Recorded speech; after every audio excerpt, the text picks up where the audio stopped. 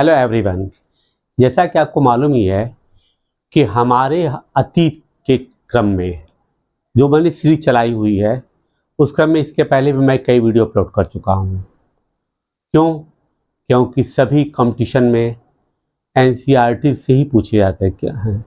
इस बात की चर्चा मैं बार बार करता हूँ। सेकेंडली एक चीज़ और मैं बार बार आपसे कहता हूँ, उसी बात को रिपीट भी मैं करता रहता हूँ कि जिस समय भी आप एनसीईआरटी या कोई भी हिस्ट्री की बुक्स पढ़ते हैं तो नदी नाले, कौन सा साम्राज्य कहाँ पर है, कैसे, इनकी डिटेल की जानकारी के लिए हमेशा मानचित्र अपने पास जरूर रखिए और उन मानचित्र पर हमेशा उसको टिक करते चलिए। ऐसा करने से आपकी एक फोटोग्राफिक मेमोरी हो जाएगी, मालूम हो जाएगा कब कहाँ क्यों कैसे हुआ है। ठीक है, तो खैर चलिए, इस बात को तो मैं बार बार रिपीट करता ही रहता हूँ। आशा करता हूँ आप मुझे फॉलो भी कर रहे होंगे, और अगर फॉलो करेंगे तो निश्चित रूप से किसी भी तरह की किसी भी कंपटीशन में इंडिया के आपको सफल होने से कोई नहीं रोक सकता है। ठीक है, लेट अस सी कि हम आज आपको क्या पढ़ाने जा रहे हैं। अध्याय 9 क्या है? व्यापारी, राजा और तीर्थयात्री, वो इनकी चर्चा करने जा रहे हैं। ठीक, अब जैसा कि मैंने पहले ही बताया कि एनसीईआरटी एक भूमिका बनाती है। बाजार में घूमती जगनी, ये जगनी है।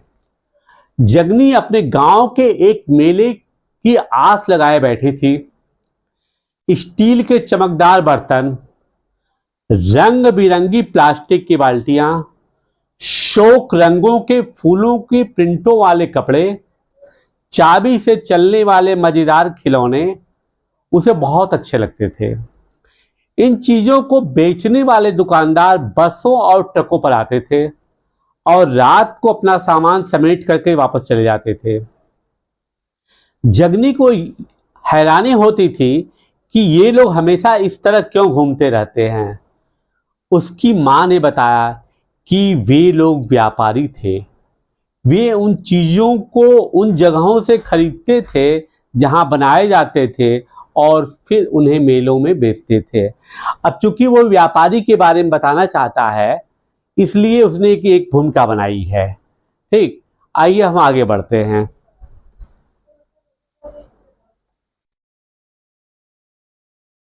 कि उन व्यापारियों के बारे में जैसे उसकी मां ने बता दिया, जगनी की इच्छा थी, जिज्ञासा था कि आखिर ये लोग कौन है जो कि दिन में सामान बेचते हैं फिर रात वापस चले जाते हैं। तो उसकी मां ने क्या बताया कि ये लोग कहीं से सामान खरीदते हैं और खरीदने के बाद फिर कहीं बेचते हैं, फिर वापस चले जाते हैं, फिर खरीदते फिर बेचते हैं। तो ये कौन लोग हैं, ऐसा काम करने वाले कौन लोग हैं? वो व्यापारी हैं। व्यापार और व्यापारियों के बारे में जानकारी। अध्याय 8 में तुमने उत्तर के काले पालिश वाले बर्तनों के बारे में पढ़ा है। इसके बारे में डिटेल डिस्कशन हम कर चुके हैं। ये खूबसूरत बर्तन, खास तौर पर इनकी कटोरियां तथा थालियां, इस उपमहाद्वीप के अनेक पुरास्थलों पर मिले हैं। सवाल यह उठता है कि इन जगहों पर ये बर्तन कैसे पहुंचे होंगे। ऐसा अनुमान लगाया जाता है कि जहां ये बनते थे वहां से व्यापारी इन्हें ले जाकर अलग अलग जगहों पर बेचते थे। अब देखिए, एक व्यापारी की परिभाषा बता रहा है कि वो कह रहा है कि आखिर ये सामान वहां पर कैसे मिले, कहां पहुंचे, जिसके बारे में वो बता रहा है। तो वो कह रहा है कि कई जगहों पर मिले हैं। इसका मतलब है कि प्रोडक्शन हर जगह तो होता नहीं था, तो इनको एक जगह से दूसरे जगह पर ले जाने वाला काम किसने किया होगा? निसंदेह व्यापारियों ने किया होगा। तो वही है व्यापारी। दक्षिण भारत सोना, मसाले, खास तौर पर काली मिर्च तथा कीमती पत्थरों के लिए प्रसिद्ध था। अब देखिए, जिन जिन चीजों का उल्लेख करता है हर एक चीज को अपने कॉपी के, जो आप नोट्स बनाए कॉपी बनाएंगे, उनको 1 बाय 1 लिखेंगे कि दक्षिण भारत से क्या हो रहा है।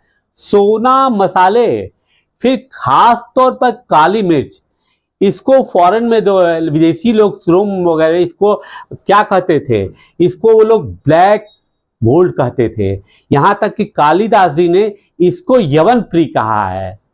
ठीक, यवन प्री क्यों कहा? कि यूनानियों को ये बहुत ज्यादा पसंद था है।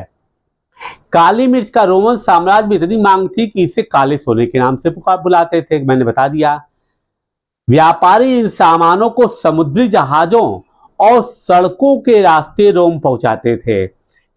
रास्ता क्या था? देखिए, रास्तों की पूछा जाए, किन रास्तों से पहुंचाते थे, तो दोनों ही रास्ते थे, समुद्री जहाज और सड़कों के रास्ते रोम पहुंचाते थे। दक्षिण भारत में ऐसे अनेक रोमन सिक्के, सोने के सिक्के मिले हैं। इससे यह अंदाजा लगाया जाता है कि उन दिनों रोम के साथ बहुत अच्छा व्यापार चल रहा था। अब एक इंटरेस्टिंग चीज बताऊं कि जब रोम से सोने सिक्के आया करते थे, कि एक इतिहासकार, उनका नाम प्लिनी है, माना कि कुछ चीजें मैं अलग बता देता हूं, तो प्लिनी ने जब देखा वहां की हिस्ट्री में, तो उसने लिखा हुआ है कि रोम जो है लूटा जा रहा है। क्यों लूटा जा रहा है? क्योंकि तमाम यहाँ के सोने के सिक्के जो विदेशों में जा रहे हैं, विदेशों में मतलब भारत रहते हैं, तो वह सोने के सिक्के से दक्षिण भारत से खरीदते क्या थे? सोना, मसाले और काली मिर्च और कीमती पत्थर।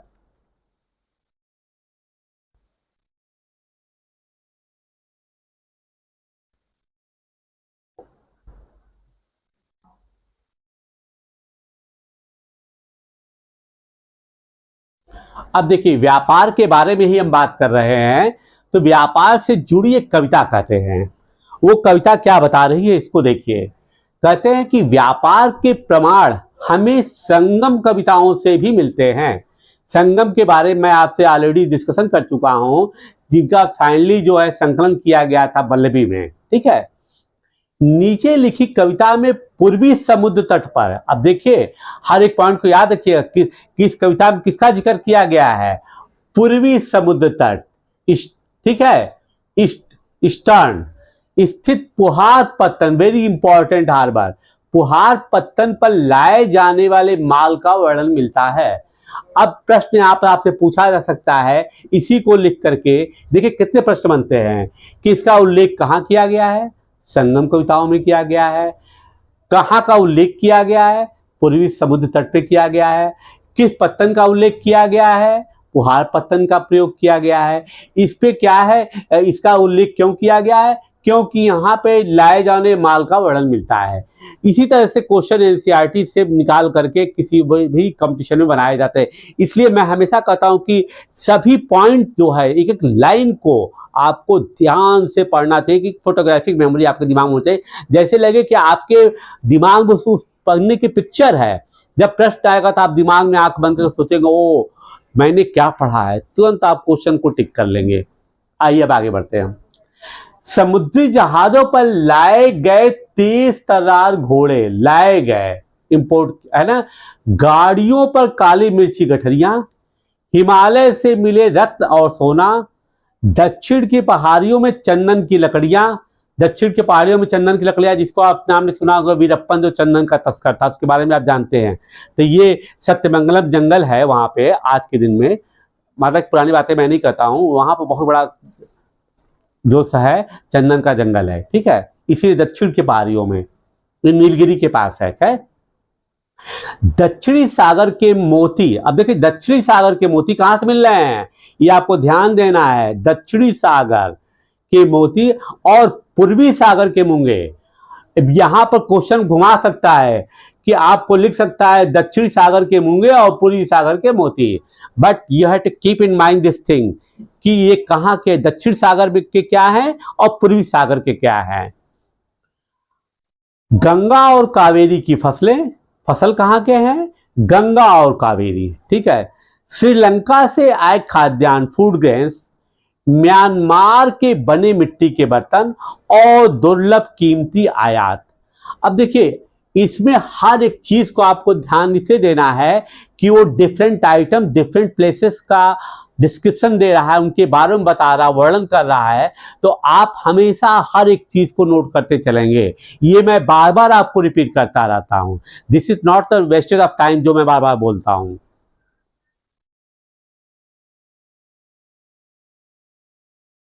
व्यापारियों ने कई समुद्र रास्ते खोज निकाले।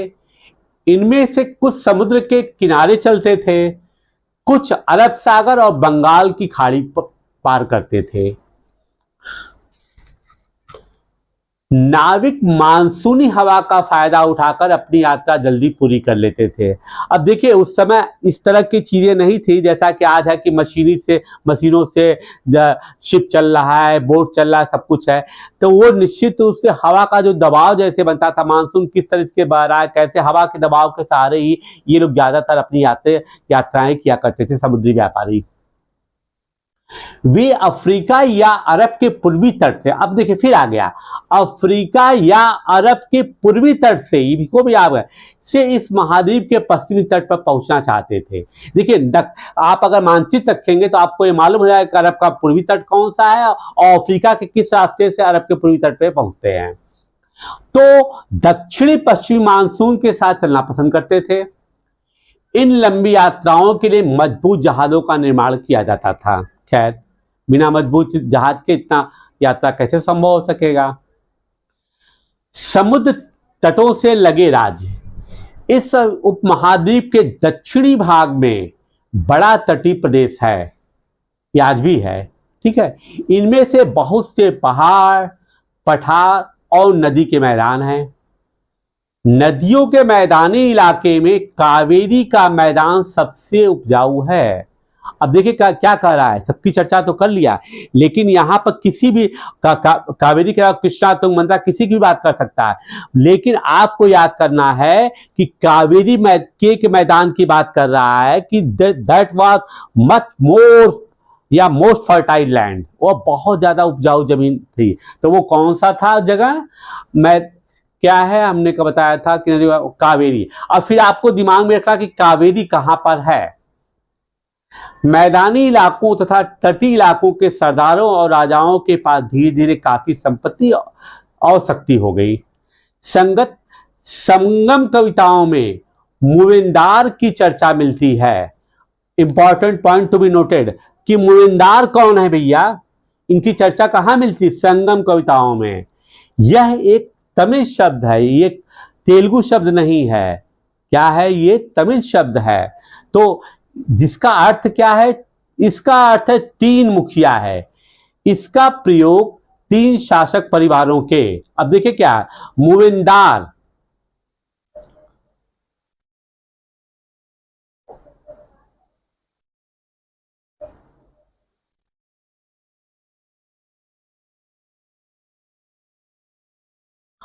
अब वही बात है कि मूवेंदार तमिल शब्द है, संगम कविताओं में इसका उल्लेख मिलता है। तो वो कहता है तीन मुखियाओं के लिए प्रयोग किया गया मूवेंदार। तो ये थे कौन मूवेंदार, चोल, चेर और पांडे। ये आपको याद करना पड़ेगा कि मूवेंदार में कौन लोग आया करते थे। तो ये भी होगा कि मूवेंदार में वो किसी और को भी बढ़ा सकता है, वो इसमें कुछ और भी चालुक्य भी डाल सकता है कम कंफ्यूज करने के लिए, लेकिन आपको याद करना कि मूवेंदार में केवल सिर्फ और सिर्फ चोल, चेर और पांड्य आते थे, जो करीब 2300 साल पहले दक्षिण भारत में काफी शक्तिशाली माने जाते थे। इन तीन मुखियाओं के अपने दो सत्ता केंद्र थे। इंपॉर्टेंट बात क्या है कि इनके दो सत्ता केंद्र थे। इनमें से एक तटीय हिस्से में था और दूसरा अंदरूनी हिस्से में था। इस तरह 6 केंद्रों में से 2 बहुत महत्वपूर्ण थे। एक चोलों का पत्तनपुहार या कावेरीपट्टनम और दूसरा पांड्यों की राजधानी उज्जैन। अब देखिए इन्होंने सत्ता का 2 केंद्र क्यों बनाया था। सत्ता का 2 केंद्र इन्होंने इसलिए बनाया था क्योंकि इनको व्यापार पर नियंत्रण करना था। तो एक तो केंद्रीकृत था जहां पे कि ये राजा और उनकी सेनाएं सब लोग रहा करते थे। दूसरा इनको ये था कि पत्तन पे, जहां पे हार्बर, जहां पे सामान लोडिंग अपलोडिंग हो रही है, जहां पे सामान लाए जा रहे हैं, जहां से भेजे जा रहे हैं, उनको कंट्रोल करने के लिए भी तो कोई चाहिए। इसीलिए इन्होंने सत्ता का 2 केंद्र बनाया था, लेकिन असली सत्ता का केंद्र अंदर की तरफ था। तो अब ये कहते हैं कि इस प्रकार से इन तीनों के कितने वो बन गए हैं, 6 केंद्र बन गए।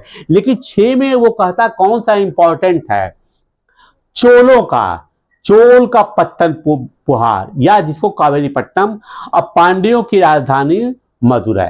ये भी आपको देखना है कि देखिए चेर यहां पर नहीं है, चोलों का इंपॉर्टेंट, चेल का नहीं बता रहा है, चोल और पांड्य का। तो पांड्यों की राजधानी मदुरै ये आपको याद रखना है, और चोलों का पत्तनपुहार। इन मुखिया लोगों से नियमित कर के बजाय उपहारों की मांग करते थे। ये मुखिया, ये लोग नियमित कर नहीं रखते थे, जैसा कि टैक्सेशन की प्रक्रिया थी कि ये लोग हमेशा टैक्स सबसे नहीं लिया करते थे, जैसा कि मौर्य काल में हुआ करता था। इन लोगों ने क्या किया, उपहार मांगते थे। कोई मतलब सर्टेन रूल्स रेगुलेशन नहीं थे कि that you have to follow. कभी कभी ये सैनिक अभियानों पर भी निकल पड़ते थे और आसपास के इलाकों से शुल्क वसूल कर लाते थे।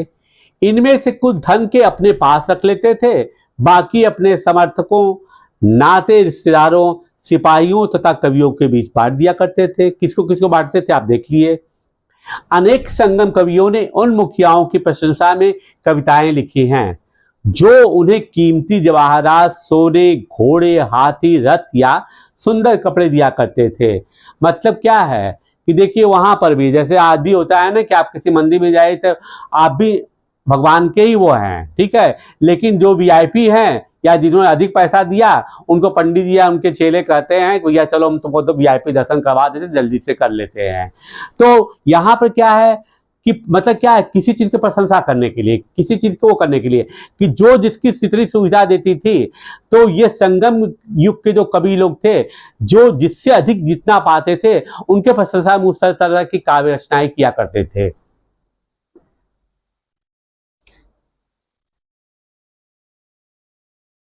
इसके लगभग 200 वर्षों के बाद पश्चिम भारत में सातवाहन नामक राजवंश का प्रभाव बढ़ गया। पश्चिम भारत में कहां पर, सातवाहन, ये बहुत ही मजबूत शासक भारत में हुए हैं। सातवाहनों का सबसे प्रमुख राजा गौतमीपुत्र श्री सातकर्णी था।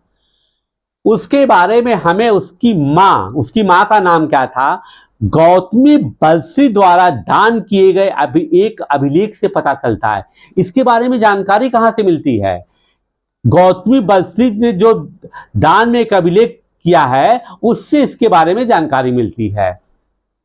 वह और अन्य सभी सातवाहन शासक दक्षिणापथ के स्वामी कहे जाते थे।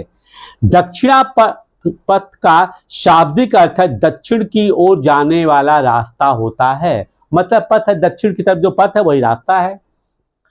पूरे दक्षिणी क्षेत्र के लिए यही नाम प्रचलित था, जो भी उस पर जाता था उसके लिए मान लिया था कि दक्षिणी पथ है। जैसे आप जीटी रोड पे चले तो आप कहीं भी बीच में रुक जाएं, वहां से आप क्या कहते हैं, पेशावर से लेकर के, पेशावर तब तो वहां पे है नहीं, क्या है, ढाका वो है नहीं है, लेकिन बीच में जहां कहीं भी चलेंगे तो वो क्या कहलाएगा, जीटी रोड कहलाएगा। तो उसी तरीके से दक्षिण को जो वो जितने भी रास्ते थे, जो भी पथ पर था, उन्होंने एक दक्षिणापथ उसको नाम दे दिया था। पश्चिमी तथा दक्षिणी तटों पर भी अपनी सेनाएं भेजी। रेशम मार्ग, सिल्क रूट, ये जो है एक तरह से वर्ल्ड हिस्ट्री में बहुत इंपॉर्टेंट चीज है ना। इस सिल्क रूट के बारे में बताऊंगा कि आप अपने मानचित्र में सिल्क रूट को जार में डिमार्केशन कर लीजिएगा कि सिल्क रूट कहाँ कहाँ से जाता है। इससे हमेशा ही क्वेश्चन पूछे जाते हैं क्योंकि बहुत इंपॉर्टेंट चीज है। अब देखिए कि ये सब मार्ग के सिल्क रूट है क्या, कीमती चमकीले रंग और चिकनी मुलायम बनावट की वजह से रेशमी कपड़े अधिकांश समाज में बहुमूल्य माने जाते हैं। ये आज भी माना जाता है, कल भी माना जाता था, परसों भी माना जाएगा। रेशमी कपड़ा तैयार करना एक जटिल प्रक्रिया है। कैसे बनता है ये, रेशम के कीड़े से कच्चा रेशम निकालकर सूत कताई होती है। कैसे बनता है, देखिए ध्यान दीजिएगा, रेशम के कीड़े से कच्चा रेशम निकालकर, कीड़े से कच्चा रेशम निकालकर सूत कताई होती है। अब सूत इससे काटा जाता है, फिर उससे कपड़ा बुना जाता है। अब आपने देखा कि रेशम कैसे बन रहा है, रेशम कीड़े से।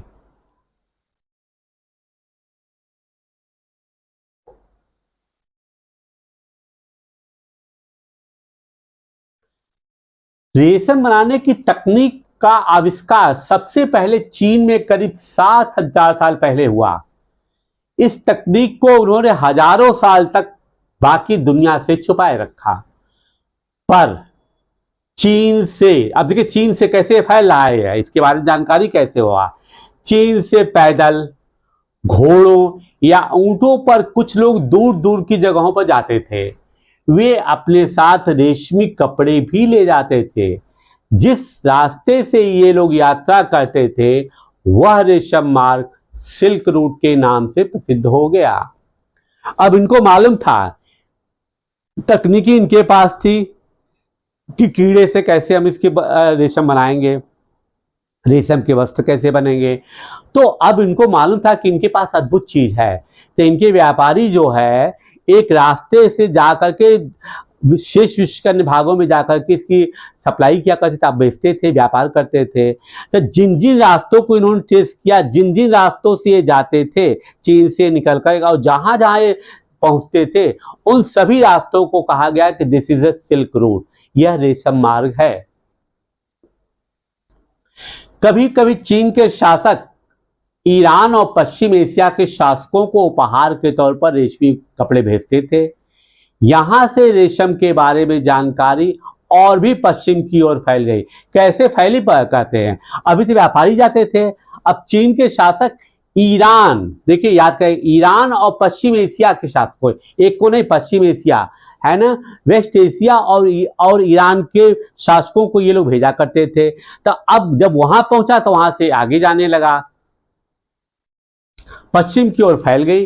करीब 2000 साल पहले रोम के शासकों और धनी लोगों के बीच रेशमी कपड़े पहनना एक फैशन बन गया। इसकी कीमत बहुत ही ज्यादा होती थी क्योंकि चीन से इसे लाने में दुर्गम पहाड़ी और रेगिस्तानी रास्तों से होकर जाना पड़ता था। यही नहीं, रास्ते के आसपास रहने वाले लोग व्यापारियों से यात्रा शुल्क भी मांगते थे।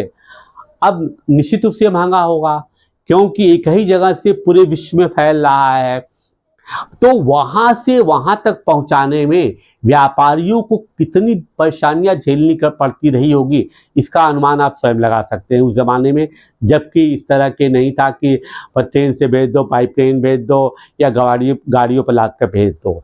दूसरी बात ये थी, एक तो इनका यातायात की वजह से महंगा पड़ता था, दूसरा ये था कि आसपास के लोग जिन रास्तों से गुजरा करते थे वहां के लोग भी कहते थे भैया तुम हमारी तरफ से गए हो, इसका कुछ शुल्क हमको अदा करो, तो उनको वो भी देना पड़ता था। नहीं करते तो लूट मार करते, सामान लूट लेते, सामान की आपूर्ति या सप्लाई या व्यापारी शेष विश्व के भागों में नहीं जा सकते थे, इसलिए ये महंगा होता गया।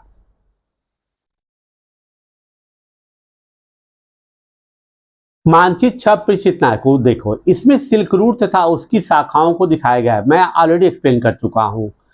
कुछ शासक इसके बड़े बड़े हिस्सों पर अपना नियंत्रण करना चाहते थे क्योंकि इस रास्ते पर यात्रा कर रहे व्यापारियों से उन्हें कर, शुल्क और तोहफों के जरिए लाभ मिलता था। उन्हें कर, शुल्क तथा तोहफों के लिए लाभ मिलता था। इसके बदले ये शासक इन व्यापारियों को अपने राज से गुजरते वक्त लुटेरों के आक्रमणों से सुरक्षा देते थे। अब ये रूट बहुत इंपॉर्टेंट हो गया। शेष विश्व के लोगों की निगाहें से पड़ गई। क्यों पड़ गई? क्योंकि इनको ये मालूम हो गया कि अगर इस पर हम कंट्रोल कर लेंगे तो जो इनके अधीनता में रहेगा, जो इनके कंट्रोल में, वहाँ टैक्स वसूल ही सकते हैं। तो जब टैक्स वसूलेंगे तो उनका राजस्व बढ़ेगा। तो फिर क्या, कर लगा दिए, है ना, टैक्स लगा दिए, शुल्क और तोहफे से इनको लाभ मिलने लगा। और फिर ये जब इस पर कंट्रोल करने की कोशिश की, जिनके कंट्रोल में आ जाता था तो कहते थे ठीक है भैया आप सामान ले जाओ और हम जो आप टैक्स दे देंगे या जो कुछ भी हमें देंगे वो तो मैं ले लूंगा। लेकिन ये है, व्यापारियों को भी रहता था कि मैं आपका लुटेरों से सुरक्षा करूंगा, आपका सेफ्टी एंड सिक्योरिटी वो हमारी जिम्मेदारी होगी। सिल्क रूट पर नियंत्रण रखने वाले शासकों में सबसे प्रसिद्ध किसान थे। अब ये देखना है कि सिल्क रूट पर सबसे अच्छा कंट्रोल किसका था? वो किसान वंश का था। करीब 2000 साल पहले मध्य एशिया तथा पश्चिमी भारत पर इनका शासन था। पेशावर और मथुरा इनके दो मुख्य शक्तिशाली केंद्र थे। देखिए किसान कौन थे एक्चुअली, इसके बारे में थोड़ा सा मैं चर्चा कर देता हूं। ये चाइनीज थे एक्चुअली। चीन का मध्य एशिया में एक जगह था, ये यूची प्रांत था, वहां से ये लोग आए हुए थे, ठीक है, इसीलिए इनकी हमने कर दिया है। आगे इसके बारे में डिटेल में चर्चा करूंगा। पेशावर और मथुरा, पेशावर नो डाउट कि वो रास्ते में पड़ता था, अब मथुरा थोड़ा और आगे पड़ता था। इनके दो मुख्य शक्तिशाली केंद्र थे। तक्षशिला भी इनके ही राज्य का हिस्सा था, पश्चिमोत्तर प्रांत ये भी था। इनके शासन काल में ही सिल्क रूट की एक शाखा मध्य एशिया से होकर सिंधु नदी के मुहाने के पत्तनों तक जाती थी। इनके शासन काल में सिल्क रूट कहां से कहां तक जाता था वो देखिए, एक शाखा मध्य एशिया से होकर सिंधु नदी घाटी के सिंधु नदी के मुहाने के पत्तनों तक जाती थी, जो कि पुराने मैप में मैंने पिछले वीडियो में आपको दिखाया हुआ है। फिर यहां से जहाजों द्वारा रेशम पश्चिम की ओर रोमन साम्राज्य तक पहुंचता था। इस उपमहाद्वीप में सबसे पहले सोने के सिक्के जारी करने वाले शासकों में कुषाण थे। अब देखिए एक प्रश्न यहाँ पे बन जाता है कि इस उपमहाद्वीप में सबसे पहले सोने के सिक्के जारी करने वाले कौन थे? वो कुषाण थे। सिल्क रूट पर यात्रा करने वाले व्यापारी इनका उपयोग किया करते थे। चूंकि इन्होंने सिल्क रूट पर काफी कुछ नियंत्रण कर रखा था, इसलिए इनको व्यापार से रोम से जो सिक्के आते थे, रोम से जो सोना मिलता था इसके बदले में इनको, इससे काफी इनको फायदा होता था। और सिल्क रूट पर तो केवल रोम ही नहीं, अन्य देश के भी व्यापारी आया करते थे। और इससे क्या होता था कि इनको स्वर्ण मुद्राएं मिलती थी, सोने के सिक्के मिलते थे। तब इन्होंने इसी वजह से जो है सबसे पहले इन्होंने सोने का ही सिक्का जारी कर दिया, क्योंकि प्रॉस्पेरस थे, उनके पास सब कुछ था।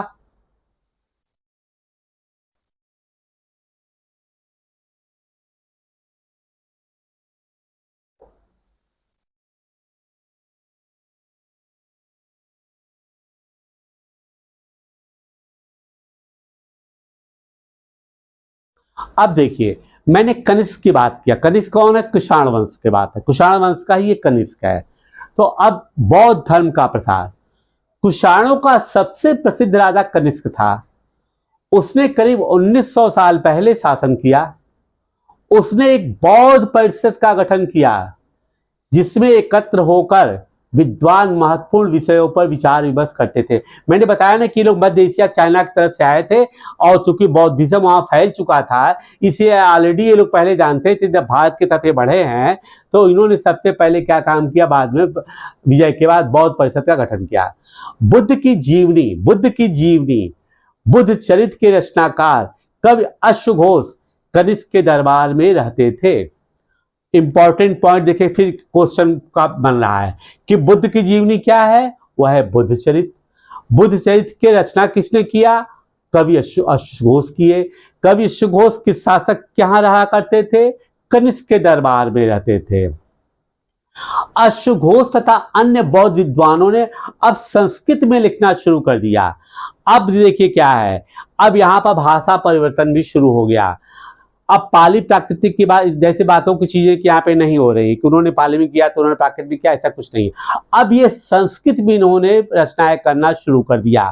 तो यहाँ पर इंपॉर्टेंट होगा कि ये रचना अश्वघोष की किस भाषा में है? संस्कृत में है। और बौद्ध विद्वान भी जो है अब संस्कृत भाषा का अनुसरण करना शुरू कर दिए। ठीक है।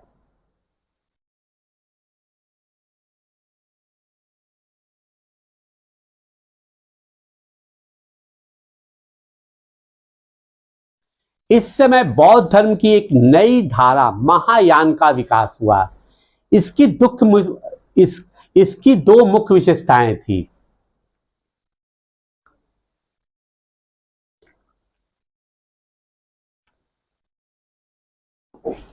अब वो कह रहे हैं कि बौद्ध धर्म की नई धारा महायान। अब देखिए हीनयान और महायान दो चीजें हैं। हीनयान के बारे में अगर बौद्धिज्म का मैं पूरा जगह चैप्टर पढ़ाऊंगा आपको, अभी तो मैं आपको एब्स्ट्रैक्ट चीजों के बारे में पढ़ा रहा हूं। तो हीन का मतलब था छोटा, यान मतलब जिसपे चलते आप हैं, यान पे नहीं थे, यान का प्रत्यय होगा। महायान जहां पर चीजों को बहुत बड़ा कर दिया गया है। हीन जो है एक लिमिटेड वर्जन है, जहां पर कि हम एक सीमित चीजों को ही सोच रहे हैं, उपदेशों की सीमित व्याख्या कर रहे हैं। और सीमित व्याख्या करने के साथ ही साथ है हमारी जो शैली है या जो कुछ भी है, एक पर्टिकुलर छोटे परिधि में ही सब घूम फिर कर रह रही है। लेकिन महायान ने उसको विस्तृत कर दिया। तो वही है यहाँ पर महायान। कहा था इसकी दो मुख्य विशेषताएं थी। पहले मूर्तियों में बुद्ध की उपस्थिति सिर्फ कुछ संकेतों के माध्यम से दर्शाई जाती थी। मिसाल के तौर पर उनकी निर्वाण प्राप्ति को पीपल के पेड़ की मूर्ति द्वारा दर्शाया जाता था, पीपल के पेड़ पर। अब क्या है, कहते हैं कि पहले जो है, क्योंकि इनको पीपल के पेड़ के नीचे ही बहुत ज्ञान प्राप्त हुआ था, इसीलिए इन्होंने क्या किया, इनके निर्वाण को किससे दर्शाया जाता था, पहले पीपल के पेड़ की मूर्ति द्वारा। पीपल, ये याद रखिएगा, पीपल के पेड़ की मूर्ति द्वारा। पर अब बुद्ध की प्रतिमाएं बनाई जाने लगी, अब बुद्ध के स्वरूप को दिखाया जाने लगा। पहले एक प्रतीक में माना जाता था कि यही सब कुछ है, अगर हमने पीपल का स्वरूप बना दिया तो इसमें सब कुछ बुद्ध जी की आ गई है। इनमें से अधिकांश मथुरा में, तो कुछ तक्षशिला में बनाई जाने लगी। मतलब अब देखिए, महात्मा बुद्ध की मूर्तियां भी बनने लगी। कहाँ बनाई जाने लगी, कुछ मथुरा में और कुछ तक्षशिला में। दूसरा परिवर्तन बोधिसत्व में आस्था को लेकर आया। बोधिसत्व उन्हें कहते हैं जो ज्ञान प्राप्ति के बाद एकांतवास करते हुए ध्यान साधना कर सकते थे, लेकिन ऐसा करने के बजाय ये लोग शिक्षा देने और मदद लेने के लिए सांसारिक परिवेश में ही रहना ठीक समझने लगे। अब देखिए, पहले चीज बोधिसत्व क्या है। पहले ये माना जाता था कि बोधिसत्व ज्ञान प्राप्त कर लेंगे तो एकांत में रहेंगे, उनके जीवन वहीं पर समाप्त हो जाता था। मतलब उनके ज्ञान का कोई प्रचार प्रसार नहीं होता था, वो एकांतवासी हो जाया करते थे। अब यहाँ पे बोधिसत्व क्या है, देखिए महायान क्या है। अब ये बोधिसत्व कहते कि नहीं नहीं, ये अच्छी बात नहीं है, हम अगर रह गए तो हमारा ज्ञान तो विलुप्त हो गया। सिर्फ हमने समाज को क्या दिया, हमने बुद्ध की शिक्षाओं का कौन सा प्रचार प्रसार किया, कुछ भी नहीं किया। अब इन्होंने कहा कि नहीं, हमें बोधिसत्व प्राप्त होने के बाद ही संसार के लोगों के बीच में रह करके ही हर तरीके से एक तरह से सामान्य आश्रम में रहते हुए हमें इसका प्रचार प्रसार करना है, और इसके बदले सांसारिक सुख सुविधाओं के लिए हमें लोगों से भिक्षा लेना है।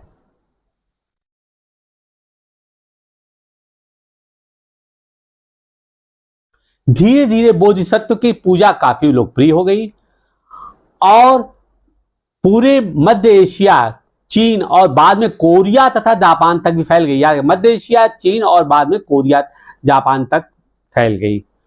बौद्ध धर्म का प्रचार प्रसार पश्चिमी और दक्षिणी भारत में हुआ, जहां बौद्ध भिक्षुओं के लिए रहने के लिए पहाड़ों में दर्जनों गुफाएं खोदी गई।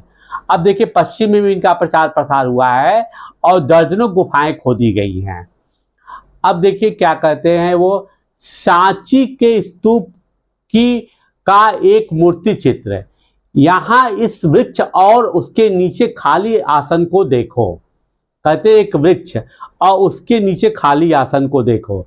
अब देखिए, ये एक वृक्ष है, सब कुछ है ना, इसके नीचे आसन खाली पड़ा हुआ है। तो कहना क्या चाह रहे हैं, देखिए कहते हैं कि मूर्तिकारों ने यह बताने के लिए खुदाई कर कर यह मूर्ति बनाई कि बुद्ध को ज्ञान की प्राप्ति इसी वृक्ष के नीचे बैठ करके ध्यान करते हुई। मतलब देखिए, वही कहते हैं ना कि महायान के पहले माना जाता था कि पीपल के वृक्ष के माध्यम से इनको ज्ञान प्राप्त हुआ, लेकिन देखिए यहाँ पे वो महात्मा बुद्ध की किसी मूर्ति को दर्शा नहीं रहे हैं।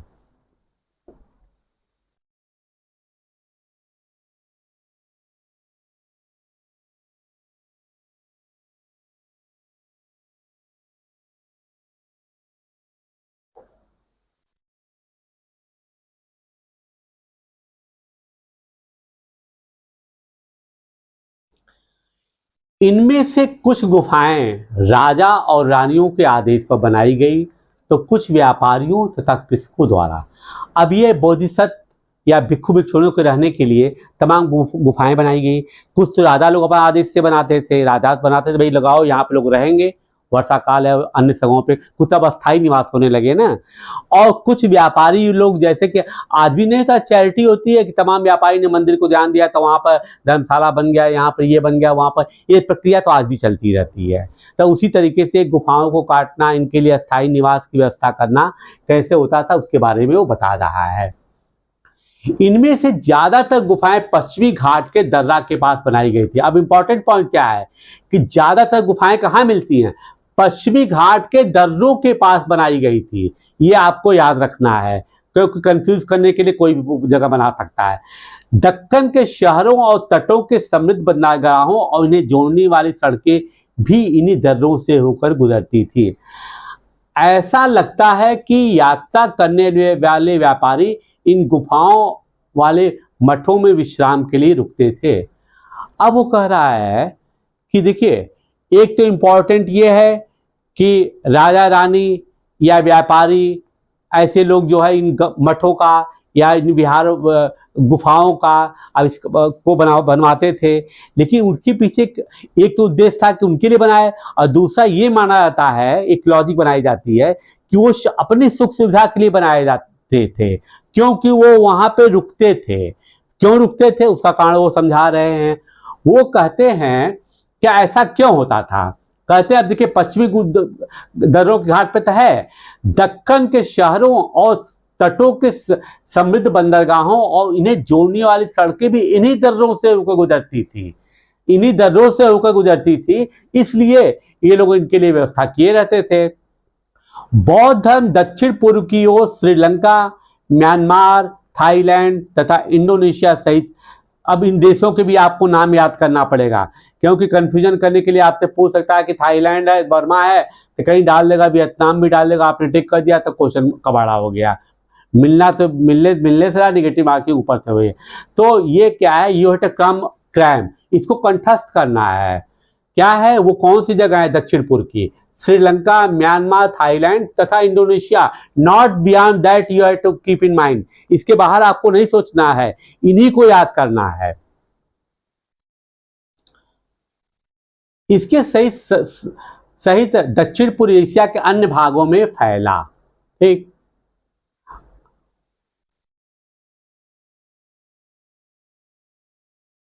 अब ये देखिए, दो मूर्तियां आपके सामने हैं। पहली मूर्ति जो है ये मथुरा शैली की है ना।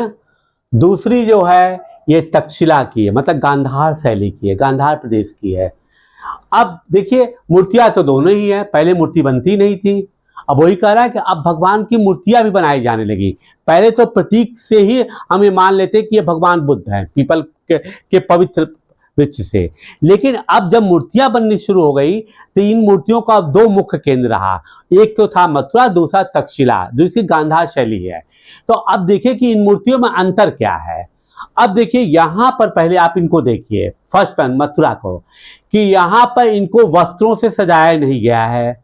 ये मूर्तियां खड़ी हैं, इनके नीचे एक सिंह होता था, ठीक, और साथ ही साथ जो है इस मुद्रा में तो ये रहे हैं, मतलब इनको कोई विशेष स्थान नहीं दिया गया है यहाँ पर, और न ही इनके खिलाफ यहाँ पर कोई आभा वगैरह दिया है। मतलब कि सामान्य रूप से बनाया गया है कि महात्मा बुद्ध जो है एक तरह से क्या हैं, एक तरह से इनका मोह भंग हो चुका है। इनके मतलब किसी आभूषण की आवश्यकता नहीं, किसी वस्त्र, ऐसी चीजों को दिखाया गया है कि इनका जो है एक तरह से इच्छाओं से विमुक्ति है, इस रूप में इनको दिखाया गया है। ठीक है। दूसरी तरफ अब दिखाइए यहां पर क्या है। अब वो कहते हैं कि महात्मा बुद्ध तो एक भगवान है ना, तो भगवान है तो भगवान के अंदर आभा होगी, तो वो आभा उन्होंने कैसे दिखाई है। देखिए, यहाँ पर घुंघराले बाल दिखाए गए, अब यहाँ पर दिखा दिया कि आभा, जैसा कि भगवान की मूर्तियों में हम आज भी किसी देवी देवता की मूर्ति बनाते हैं तो उसके तरफ एक आभा तेज को दिखाते हैं। अब देखिए, आभा दिखाने की भी स्थिति आ गई तक्षशिला में। दूसरी क्या है, इनके भावों का भी स्वरूप बदल गया। ठीक। तीसरी क्या है, ये बैठी हुई है। ये आपने देखा कि ये अंतर जो है मूल रूप से मथुरा शैली और गांधार शैली में है। इसका प्रोत्साहन मूल रूप से कनिष्क ने बहुत ज्यादा दिया था।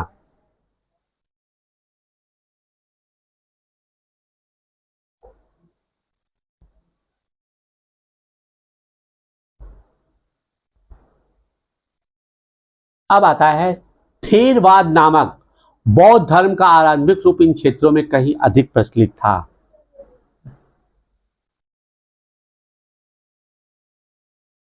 थेरवाद क्या है? थेरवाद जो है असल में थेरवाद मानता है, इसको मैं थोड़ा एक्सप्लेन कर देना चाहता हूं। यहाँ पे ये तो लिखा ही है, आरंभिक रूप था। थेरवाद में ये माना गया है कि ये एक तरह से वृद्धों का ज्ञान है। वृद्धों का ज्ञान, जिसका मतलब क्या हुआ, ये कहते हैं कि हम जो बातें कह रहे हैं वो अक्षरशः महात्मा बुद्ध की वाणी है, इसमें कोई भी डेविएशन नहीं किया गया है, इसमें कोई भी परिवर्तन नहीं किया गया है, इसलिए इसके आगे या पीछे हमें सोचने की कोई आवश्यकता नहीं है। दूसरी चीज थेरवाद एक और कहता है, थेरवाद कहता ने भगवान और देवता के अस्तित्व को अस्वीकार कर दिया था। उनके हिसाब से न तो कोई भगवान है और न ही कोई देवता है।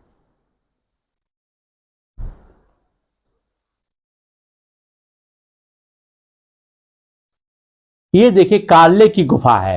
ये भी क्या है, बुद्धिस्ट लोगों के लिए, या आप दो लोग व्यापारी थे यहाँ पे आते ठहरते थे। ये कार्ले की गुफा महाराष्ट्र में है। ये कि कंपटीशन का क्वेश्चन है कि कार्ले की गुफा कहाँ पर है। ठीक,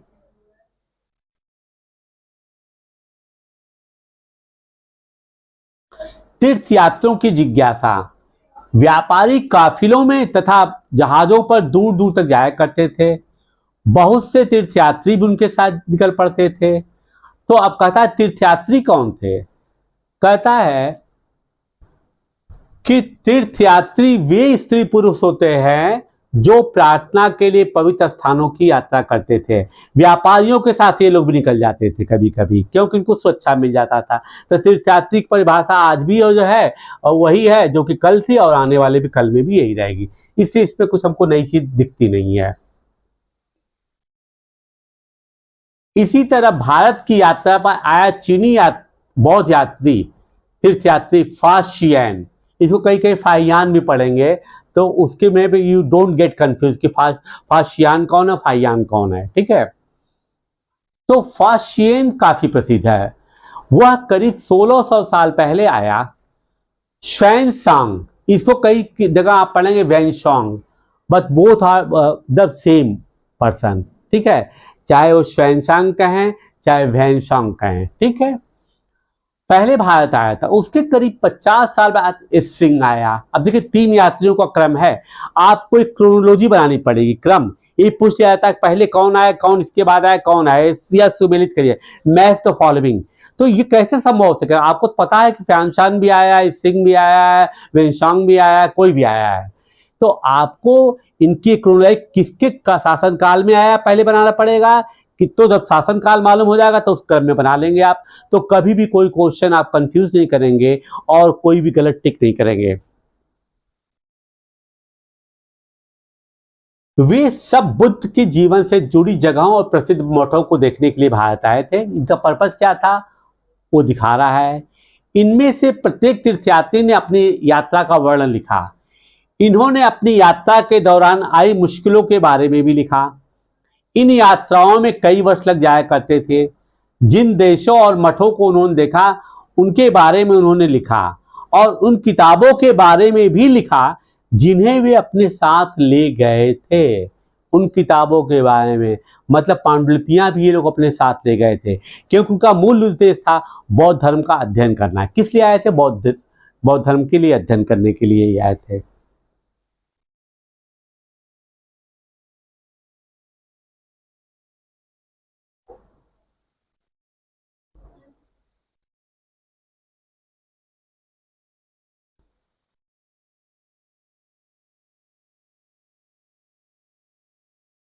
अब इसको सरसरी निगाह देख लेते हैं, इसको बहुत इंपॉर्टेंट नहीं है।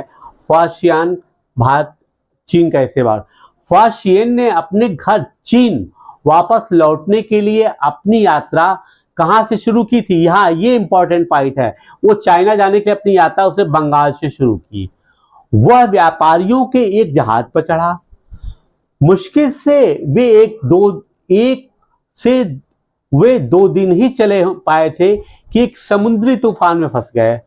यात्रा कहां से शुरू की है, where from started, he started from Bengal. व्यापारी अपने जहाज को डूबने से बचाने के लिए उसमें से अपने माल को फेंक फेंक कर जहाज को हल्का करने की कोशिश करने लगे। क्या करते, मरता क्या नहीं करता भाई। जब समुद्र में जहाज डूब रहा है तो निश्चित वेट अधिक डूब जाएगा, तो काफी सामान बाहर फेंकने लगे। फायशियान ने भी अपने सामान को तो फेंक दिया, पर अपनी उन पांडुलिपियों तथा बुद्ध की मूर्तियों को नहीं फेंका जिन्हें उसने अपनी भारत यात्रा के दौरान संकलित की थी। अंततः 13 दिनों के बाद आंधी रुकी और उसने समुद्र का वर्णन इस प्रकार से किया है। ठीक है, अब उसको लगा कि जिस बहुमूल्य चीज को पाने के लिए भारत आया तो उसको उसने नहीं फेंका, जितने भी सामान थे सब फेंक दिया, लेकिन बुद्ध धर्म से संबंधित किसी भी सामग्री को उसने नहीं फेंका। अब देखिए वो वर्णन कैसे करता है, तो कंपटीशन में इस वर्णन को पूछा जा सकता है कि किस चीनी यात्री ने इनका आख्यान है, व्याख्यान है, या कहाँ से उद्धृत किया गया है। तो अब आपको ये ध्यान पड़ेगा कि ये किसने लिखा है, फारसियान है। समुद्र असीम है, सूर्य, चांद या तारों की गति को देखे बिना यह पता लगाना पाना असंभव है कि पूरब किधर है या पश्चिम किस दिशा में है। अगर बरसात और अंधेरा हो तो जहाज को हवा के रुख में ले जाने के लिए अलावा और कोई चारा नहीं। जावा पहुंचने में उसे 90 दिन से भी ज्यादा लगे। वहां वह 5 महीने के लिए रुका। इसके बाद दूसरे व्यापारी जहाज में चढ़कर वो चीन पहुंचा।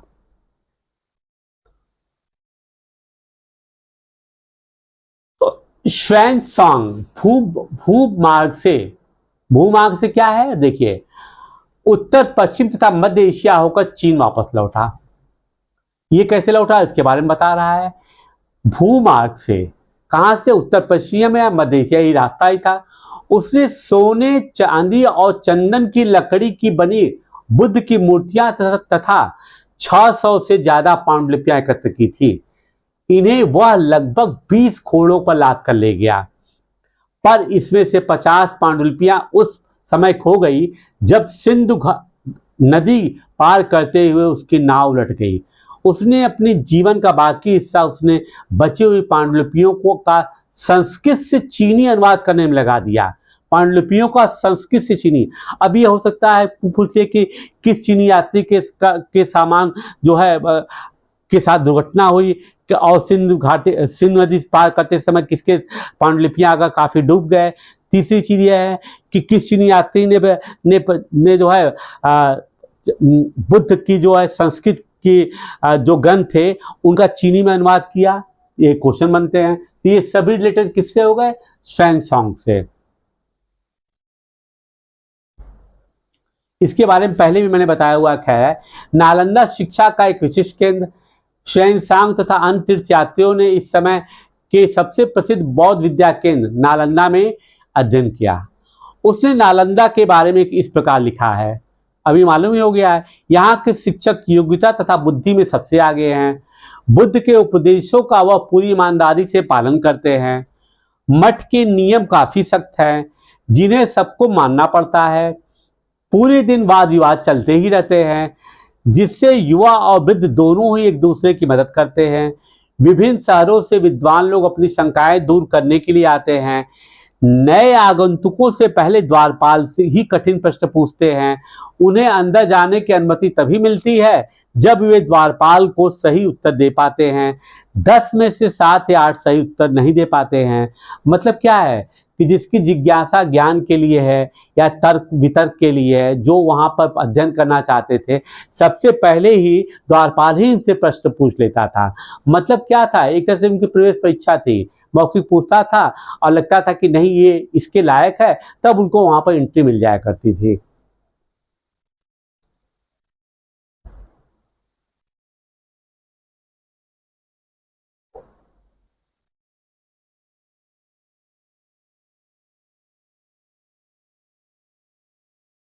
अब देखिए बड़ा इंपॉर्टेंट पॉइंट फिर से आ गया, भक्ति की शुरुआत। भक्ति है ना, इन्हीं दिनों देवी देवताओं की पूजा का चलन भी शुरू हो गया। बाद में हिंदू धर्म की यह एक प्रमुख पहचान बन गई। इसमें शिव, विष्णु और दुर्गा जैसे देवी देवता शामिल हैं। अब वो कहता क्या है कि इसी समय जो देवी देवताओं की पूजा का चलन इसी समय शुरू हुआ है। इसमें जो भी देवी देवताओं का नाम लिखा गया इनको आप सभी जानते हैं, बताने की जरूरत नहीं है। इन देवी देवताओं की पूजा भक्ति परंपरा के माध्यम से की जाती थी। भक्ति परंपरा क्या है इसको भी आगे बताएंगे। भक्ति उस समय काफी लोकप्रिय परंपरा बन गई। किसी देवी या देवता के प्रति श्रद्धा को ही भक्ति कहा जाता है। मतलब भक्ति परंपरा क्या है, कोई देखिए कोई कहता है कि मैं तो दुर्गा जी की पूजा करता हूँ, कोई कहता मैं शंकर भगवान की, मतलब उनके इष्ट देव होते, ये नहीं कहता कि मैं उनकी पूजा करता तो उनको नहीं मानता हूँ। मतलब जिसके प्रति आपकी श्रद्धा बन गई, जिस देवी देवता के प्रति, वही आपकी भक्ति है। भक्ति का पथ सबके लिए खुला था। चाहे वह धनी हो या गरीब हो, ऊंची जात का हो या नीची जात का, स्त्री हो या पुरुष का।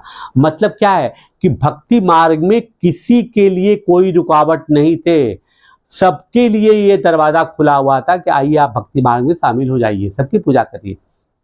भक्ति मार्ग की चर्चा हिंदुओं के पवित्र ग्रंथ भगवत गीता में की गई है। अब इनका चर्चा कहाँ किया गया है? Important point to be noted here, Bhagavad Gita में इसकी चर्चा की गई है। और ये भगवत गीता क्या है? भगवत गीता महाभारत का एक हिस्सा है, महाभारत का उदाहरण है इसमें भगवान कृष्ण अपने भक्त और मित्र अर्जुन को सभी धर्मों को छोड़कर उनकी शरण में आने का उपदेश देता है। ये गीता का उपदेश है, क्योंकि केवल कृष्ण ही अर्जुन को सारी बुराइयों से मुक्ति दिला सकते हैं। पूजा का यह रूप धीरे धीरे देश के विभिन्न भागों में फैलने लगा।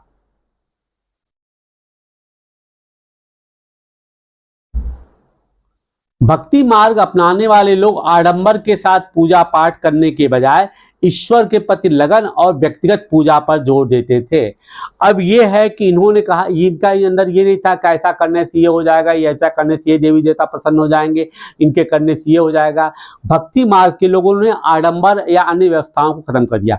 उन्होंने कहा जिस ईश्वर के प्रति आपकी भक्ति है उसके ध्यान में लीन हो जाइए, उसके प्रति अपनी आस्था दिखाइए, तो निश्चित रूप से वो प्रकट होगा।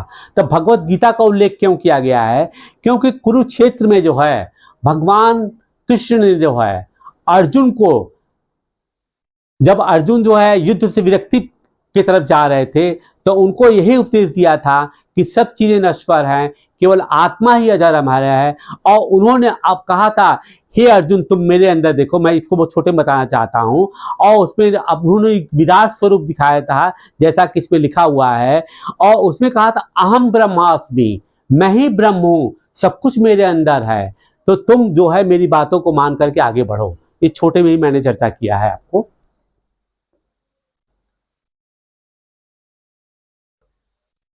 इसलिए आराध्य देवी या देवता मानव रूप में भी हो सकते हैं या फिर सिंह, पेड़ अथवा अन्य किसी भी रूप में। जैसे इस विचार को समाज द्वारा स्वीकृति मिलती गई, कलाकार देवी देवताओं की एक से एक बढ़कर खूबसूरत मूर्तियां तैयार करने लगे। देखिए यहाँ पे इंपॉर्टेंट पॉइंट क्या कहता है कि इसलिए आराध्य देवी या देवता मानव के रूप में भी हो सकते हैं। इसी का नाजायज फायदा जो है कभी कभी जो है ये जो 420 होते हैं, जो कि कहते हैं कि मैं उनका अवतार हूँ, मैं इनका अवतार हूँ, मैं उनका अवतार हूँ, तमाम पंथ बना करके लोगों को गुमराह करते हैं, वो इन्हीं से होता है कि वो कह देते हैं कि मैं भी देवी देवता का रूप हूँ।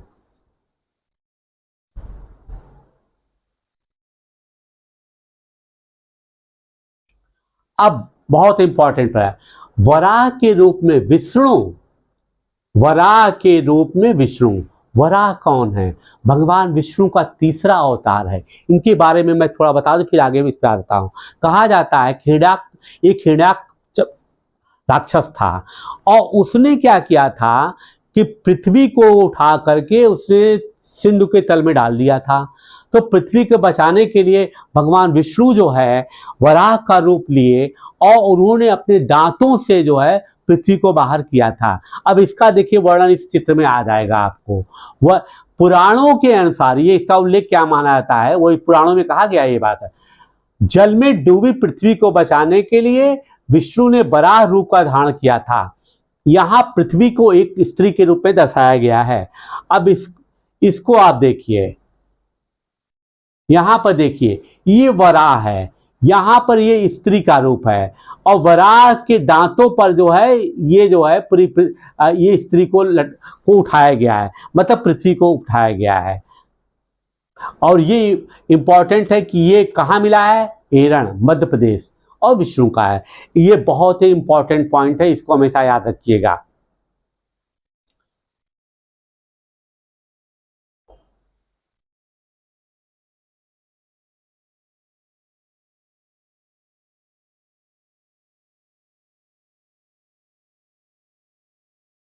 एक भक्त द्वारा लिखी गई एक कविता, इसको अधिकांश भक्ति साहित्य में हम यही पाते हैं कि धन, ऐश्वर्य या ऊंचे पद के जरिए कभी ईश्वर से आत्मीयता नहीं बन सकती है। मतलब ये कहते हैं कि अगर आप इनका परित्याग करेंगे तभी ईश्वर से आप पिता बनेंगे, इनके मोह में रहेंगे तो कभी ईश्वर से आप करीब नहीं जा सकते हैं। क्यों?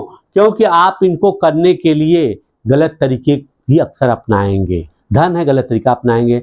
ऐश्वर्य दिखाने के लिए हमको लोग गलत तरीका अपनाएंगे। बड़े नेता बनना, गलत तरीका अपनाएंगे। पद तो पा जाएंगे लेकिन ईश्वर के समीप आप नहीं जा सकते हैं। करीब 14 साल पहले शिव भक्त, अब इंपॉर्टेंट पहले देखिए, इसका उल्लेख बहुत इंपॉर्टेंट है। शिव भक्त कौन है? अपार है, विष्णु भक्त नहीं है, वो शिव भक्त है। द्वारा तमिल में लिखी एक कविता का यह अंश है। अपार अपार एक बिल्लाल था। इसका उल्लेख, बिल्लाल कौन होते थे मैं पहले वीडियो बना चुका हूं। नष्ट होते अंगों वाले कुष्ठ रोगी, ब्राह्मणों की नजर में निचली जात का व्यक्ति, कूड़ा करकट बटोर कर अपनी जीविका चलाने वाला इंसान, अगर ये लोग भी गंगा को अपनी जटाओं में छिपा लेने वाले शिव के दास बन जाएं तो मैं उनकी आराधना करूंगा, क्योंकि वे मेरे ईश्वर समान हैं। वो कह रहा है, देखिए ईश्वर की भक्ति को कैसे बता रहा है। मतलब एक से खराब लोगों की भी चर्चा कर रहे हैं और साथ ही साथ कह रहा है कि अगर ये लोग जिनको कि समाज एकदम बहिष्कृत मानता है, छोटा मानता है, कहते हैं कि अगर वो शिव की जटाओं में चले जाएं तो भी क्या कहता है, तो मैं उनकी आराधना करूंगा। क्यों? क्योंकि वे मेरे लिए ईश्वर समान है। क्योंकि जब ये इनके पास चले गए, मतलब कि इनकी आराधना करने चले, जटाओं में छिपा लेने का मतलब है कि ये इनके प्रति श्रद्धा प्रकट करते हुए इनके भक्ति में लीन हो गए, तो वो कहते हैं कि मैं उनको ईश्वर स्वरूप ही मान लूंगा।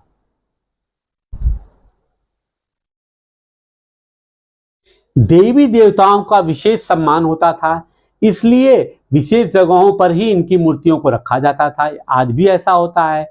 इन स्थानों को ही मंदिर कहते हैं। निश्चित रूप से मंदिर वही होता है जहां पर किसी देवी देवता की मूर्ति होती है। ठीक है। अध्याय 11 में तुम उन मंदिरों के बारे में पढ़ोगे। भक्ति परंपरा ने चित्रकला, शिल्पकला और स्थापत्य कला के माध्यम से अभिव्यक्ति की प्रेरणा दी है। भक्ति परंपरा क्या, देखिए इंपॉर्टेंट पॉइंट है। इसने क्या कहा कि चित्रकला, शिल्पकला और स्थापत्य कला, मतलब इन तीनों का प्रयोग करके आप अपने विचारों की अभिव्यक्ति कर सकते हैं। और ये किसने बताया है? ये बताया जा रहा है भक्ति परंपरा। हिंदू, इसके बारे में हम पहले भी चर्चा करें। हिंदू शब्द इंडिया शब्द की तरह ही हिंदू या इंडस से निकला है। यह शब्द अरबों तथा ईरानियों द्वारा उन लोगों के लिए उपयोग किया जाता था जो सिंध नदी के पूर्व में रहते थे।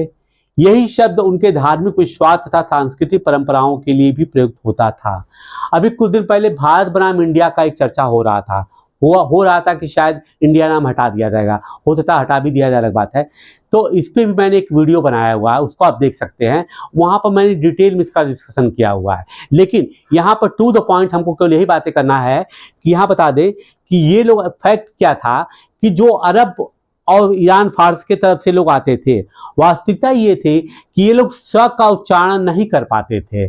जैसे अंग्रेज होते हैं, वो भी आज बोलते हैं, तो वो त नहीं बोलेंगे, छ बोलेंगे, ऐसे कहते हैं। तो वो उसका उच्चारण नहीं कर पाते थे, तो वो लोग सिंध को हिंद बोलते थे। तो जब सिंध को हिंद बोलते थे तो सिंध नदी के पूर्वी तट पर, मतलब जब वो समुद्र से उस सिंध नदी से आकर स्थल की तरफ बढ़ते थे तो ये मानते थे कि वो हिंदू नदी है और इसके इधर रहने वाले लोग हिंदू हैं। तो इसी से यह हिंदू शब्द की व्याख्या की गई है।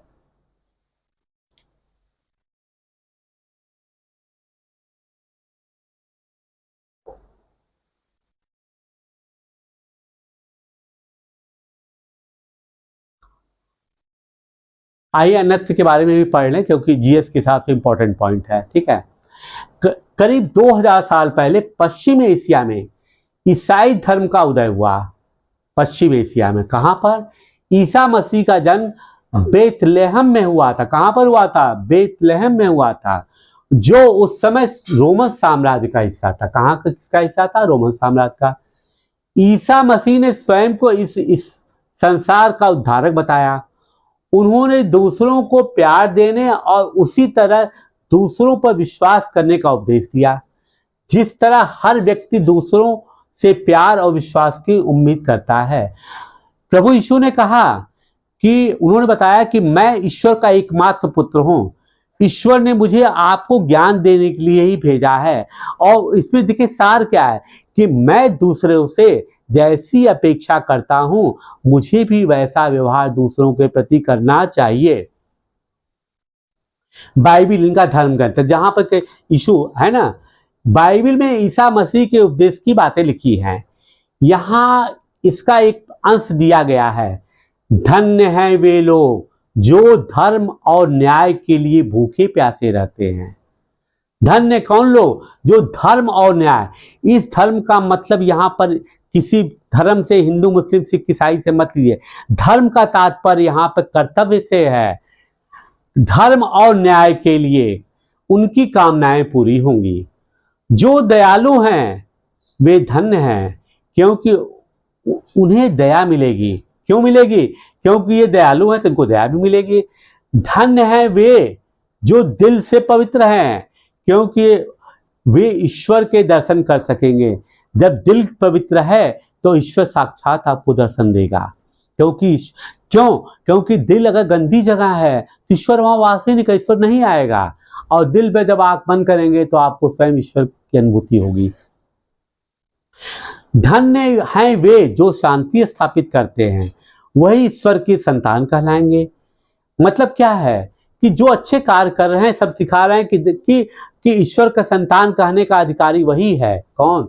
जिसके अंदर इन गुणों का समावेश है।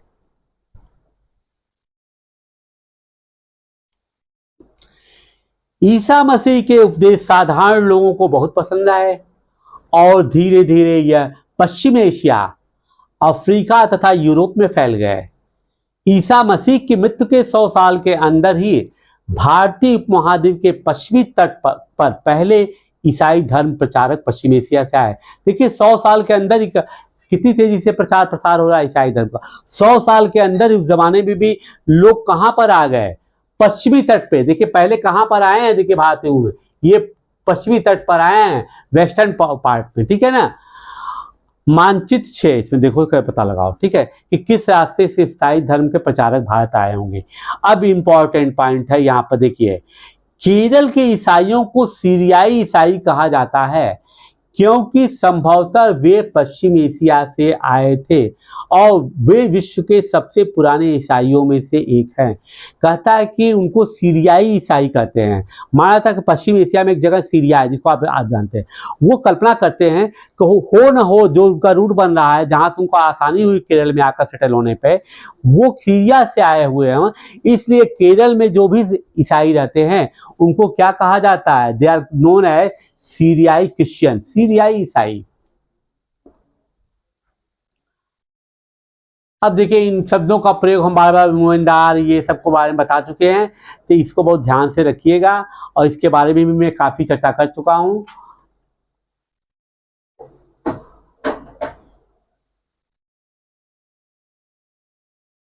तो